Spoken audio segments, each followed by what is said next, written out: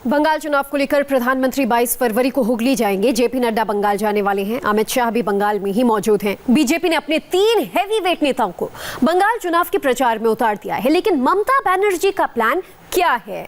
ममता बनर्जी मंच से क्या कर रही हैं, ग्राउंड में क्या कर रही हैं? इस रिपोर्ट को देखेंगे तो आप भी समझ जाएंगे कि बंगाल में इस वक्त क्या चल रहा है।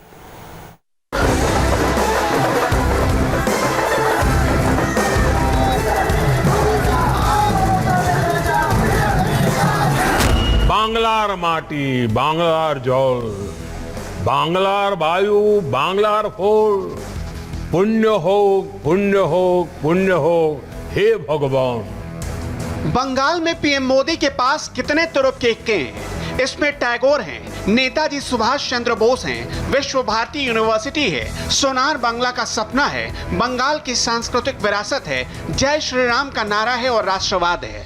यानी बंगाल की जो भी सांस्कृतिक पहचान है वही बीजेपी का सबसे बड़ा हथियार है। इसे देखना है, ठीक ठीक समझना है तो आज पीएम मोदी ने जो कहा, अमित शाह ने जो किया, उसे बहुत ध्यान से देखना और सुनना होगा। 3 महीने के भीतर आज दूसरी बार प्रधानमंत्री विश्व भारती यूनिवर्सिटी के कार्यक्रम में शामिल हुए। उनकी पूरी लाइन रविंद्रनाथ टैगोर के इर्द गिर्द रही। उनकी कविताएं, उनकी कहानियां, टैगोर की पॉजिटिव सोच और उस सोच से निकला सांस्कृतिक राष्ट्रवाद। विचारधारा का प्रश्न नहीं है, मूल बात तो माइंडसेट का है।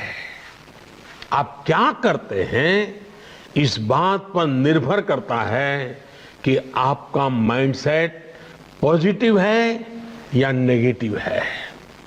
स्कोप दोनों के लिए है, रास्ते दोनों के लिए ओपन है। आप समस्या का हिस्सा बनना चाहते हैं या फिर समाधान का, ये तय करना हमारे अपने हाथ में होता है। अगर हम उसी शक्ति, उसी सामर्थ्य, उसी बुद्धि, उसी वैभव को सत्कार्य के लिए लगाएंगे तो परिणाम एक मिलेगा, दुष्कर्म के लिए लगाएंगे तो परिणाम दुष्कर्म मिलेगा। तो बंगाल में किसका माइंडसेट नेगेटिव है? कौन नेगेटिव पॉलिटिक्स करता है? बच्चा बच्चा इस बात को जानता है। पीएम मोदी ने नाम तो नहीं लिया, लेकिन नेगेटिव पॉलिटिक्स करने वालों को उनका यह इशारा काफी था। बम बारूद और संगीनों की पॉलिटिक्स से वोटरों को डराने वालों को भी और इससे डरने वालों को भी पीएम ने साफ साफ बता दिया, समय परिवर्तनशील है, हालात बदलेगा। जिस वक्त पीएम मोदी सत्ता को उसकी मर्यादा और जिम्मेदारी समझा रहे थे, उसी वक्त अमित शाह सांस्कृतिक राष्ट्रवाद की साइकिल पर सवार थे।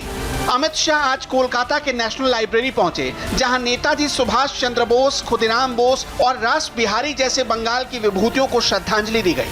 आज अमित शाह ने 3 साइकिल यात्राओं को हरी झंडी दिखाई। एक साइकिल यात्रा शुरू हो रही, 3 टुकड़ियां जाएगी।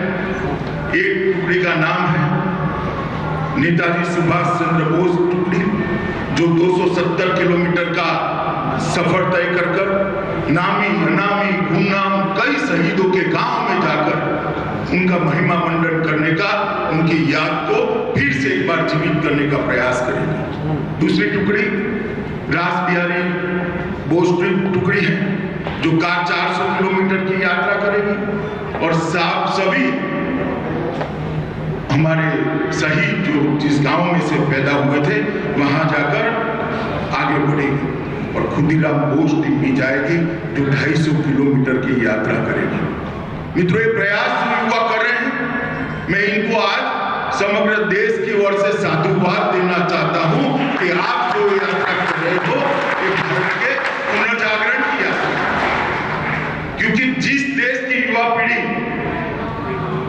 आजादी के इतिहास को, जिस देश की युवा पीढ़ी अपने देश के इतिहास को समझती नहीं है, उसमें से गर्व के भाव को आत्मसात नहीं करती है, वो देश का भविष्य नहीं बना सकता। ये साइकिल यात्राएं बंगाल की 3 दिशाओं में जाएंगी। कोलकाता से झारग्राम होते हुए पुरुलिया, कोलकाता से हुगली होते हुए पूर्वी बर्धमान, कोलकाता से नॉर्थ 24 परगना और हुगली होते हुए मुर्शिदाबाद तक जाएंगी।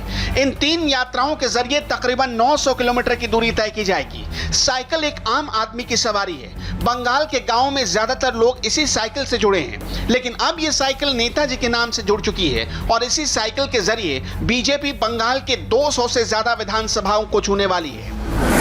मैं बंगाली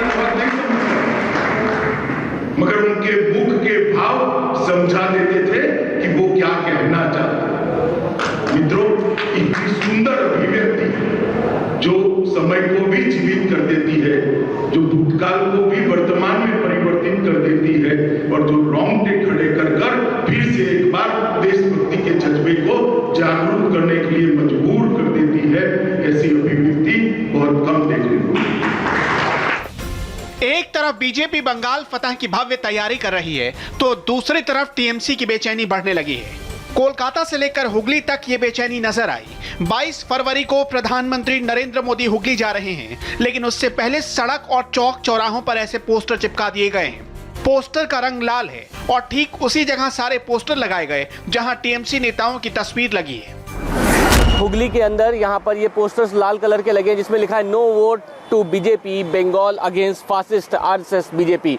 लाल कलर का ये पूरा पोस्टर है जिसमें इंग्लिश और बंगाली में ये लिखा हुआ है और पूरे हुगली में इस तरीके के अलग अलग जगहों पर पोस्टर लगाए। देखिए टीएमसी के कार्यकर्ताओं का ये पोस्टर लगा हुआ है और उसके नीचे ये लाल कलर का ये पूरा पोस्टर जिसमें लिखा हुआ है no vote to BJP Bengali में। पूरे हुगली में इस तरीके के पोस्टर लगाए गए हैं। दरअसल 22 फरवरी को प्रधानमंत्री नरेंद्र मोदी यहाँ पर एक सभा करेंगे और ठीक उसके 48 घंटे बीतते ही ममता बनर्जी डनलप के मैदान में सभा करेंगी। ये तो साफ है कि एक ही मैदान में कुछ ही समय में प्रधानमंत्री नरेंद्र मोदी और ममता बनर्जी की रैली बनाम रैली हुगली में एक नई सियासत को जन्म दे रहा है।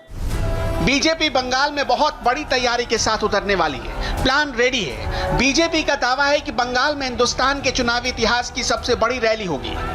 ये रैली 7 मार्च को हो सकती है।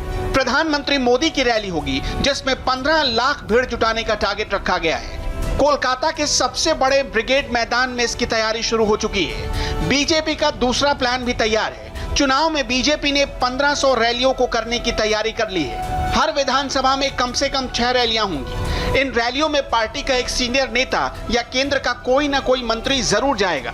बीजेपी कुछ संसदीय सीटों को क्लस्टर सीट बनाएगी जहां प्रधानमंत्री मोदी खुद जाकर रैली करेंगे। इन सभी रैलियों में बंगाल की विभूतियों का जिक्र होगा। नेताजी के पोस्टर्स होंगे। खुदीराम बोस से लेकर रास बिहारी, रविंद्रनाथ टैगोर सबकी तस्वीरें लगाई जाएंगी।